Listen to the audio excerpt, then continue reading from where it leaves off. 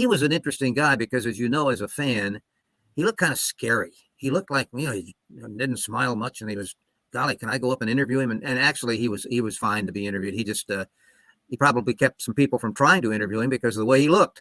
But he was a nice guy. He just was troubled. He was troubled from his youth. I think he said in the book that was written about him, the author had a quote that he said, I was drinking beer by the time I was 12, drinking other alcohol way before that. I had a problem with alcohol for years. And of course, then later he had a problem with regular drugs, cocaine, and at the end, even stronger drugs than that. In San Diego, he was an MVP, and he had the best years of his career. And he was using PEDs when that happened. They came back to the Astros, and they actually ultimately let him go, released him because he had backslid in his drinking. They kept that private, but that's revealed in the book that was written about him. And it was a sad ending for Ken because I think when he was here, he was robbed of winning Gold Gloves because the Astros were not one of the top teams. And as you know, the Gold Glove award winner almost always goes to the best offensive, good defensive third baseman or shortstop or second baseman, and those that play on teams that win a lot. And the Astros during his years were not a big winning team. They had some good years, but they were not a big winning team. And then he goes to San Diego, and all of a sudden he's going to win a Gold Glove because he happens to get the MVP. And he was just as good a fielder here, maybe even better. When I think of that steroid era and what happened, it felt like two guys came out when we're pretty vocal about what was going on with the steroids and saying, this is a concern. This is going on in Major League Baseball. One of them was Jose Canseco, and everybody just sloughed off Jose Canseco because he's Jose Canseco, but the other was Caminiti. And I felt like maybe Ken's outspokenness really helped turn the tide on the PED scandal, I guess, or start it, I guess you would say, but, just got rid of it in a way because he was so outspoken about that. I think you're probably right. And may have also kept others from trying it. I think the numbers that have been thrown out just out of the blue of what percentage of ball players were using them are way high, but there were a significant number of players that did give him a shot. Obviously, he doesn't win the MVP in San Diego if he's not using them. And some other players that jumped out of nowhere and started hitting a lot of home runs obviously were helped a little bit. But you're right. Ken, I think, probably was more willing to admit to some of that stuff because he was also during this period, he was actually going to rehab for his alcoholism.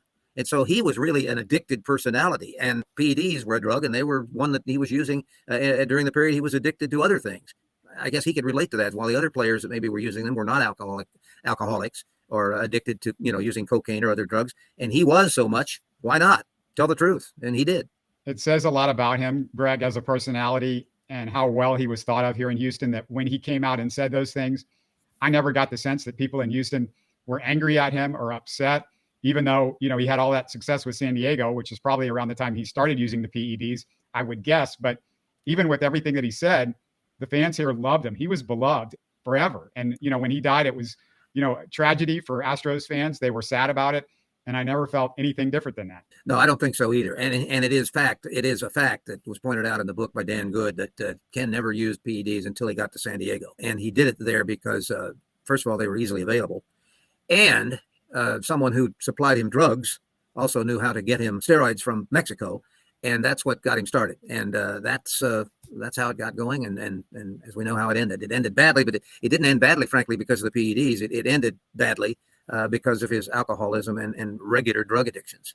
I want to talk about how it started for him, though, here in Houston, because when I was in high school, that's when Cammy was called up. And I remember seeing his cover on an Astros program. It was Ken Caminiti on the cover of the program that I bought after going to the game. That's when I read about him and got super excited. This is pre-internet, so that was the most info that you would get on a project was an Astros program. And I still remember hearing he got called up on the radio and listening to his very first game with Milo on the call, and he was like a superhero right out of the gate. His first big league game, he was making Gold Glove defensive plays. He had a homer, triple, scored the game-winning run. Greg, I can tell you, 16-year-old me had fallen in love with this guy and thought he could be destined to Cooperstown. As you know, his career in Houston wasn't really superstar-like. Glove-wise, it might have been, but, he was a 250 hitter with in-between power. Now, of course, he's playing half his games in the Astrodome, which you weren't going to get any cheap home runs, but he wasn't a perennial all-star third baseman for the National League, but he was a solid player. And then, of course, he blossomed when he was in San Diego and very good friends with Biggio and Bagwell. They were a trio, but Biggio and Bagwell had to try to keep him under control. And again, that was not ultimately possible because he had been addicted to alcohol from his youth. I mean, it affected him in college, junior college. It was 1 year in 4-year school. He had told the author who did a lot of this research prior to his death that he had that problem for perhaps all of his life, and never could really beat it. My last Caminiti story, I go back a few years for this one. It's the one and only Padres game that I've ever been to. It was 1996. That terrible song, the Macarena, was huge. If anybody remembers that. Cammy was also huge in San Diego. Turns out to be too huge, if you know what I mean. But somebody had changed the Macarena to the Caminiti, same number of syllables, so it worked really well. And I forget the lyrics, but the whole Padres crowd, Greg, was doing the Macarena dance moves while singing the Caminiti. And if you need proof, here's a few seconds of video that I shot that night 28 years ago.